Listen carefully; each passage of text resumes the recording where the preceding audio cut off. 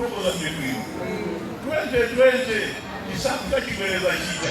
inusumu na kubegi labda wetu mnako zade profesa hata bila mtalika nawa profesa hata bila mtalika tukutokozeni simna kubegi musana minzike zopano panoko ndiye muli ndumboni woti mundu ya ndole mpela njone banga ndiye akawanga kudia apama ndalempela ndipase nizaka zina 5 zona zwezo ngalolelo kuti kumuvundika chonchizo tumbala timanga la choka pa 10,000 mila mabola yekuwa mgoma latika 100 zaka 5 nanga zikafika zaka zina 5 kuzatoa baji ngani zina amene salari yake pa mwezi ni 70,000 alingiana 5 yako muza kuti kubakule baki ya 100 sienda baki wabele chakwela ndi mundu wozunza kwa mbili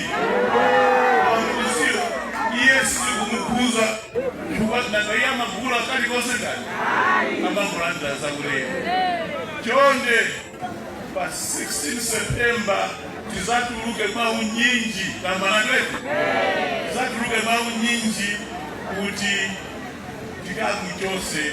kwela menei ndi baba zake za Congress Party DPP woye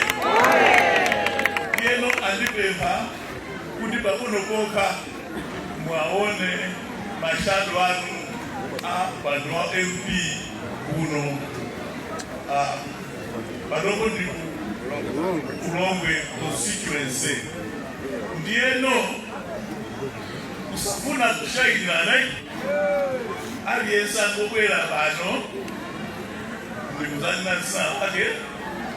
ndikunena mando kena mpingira tabana lwetu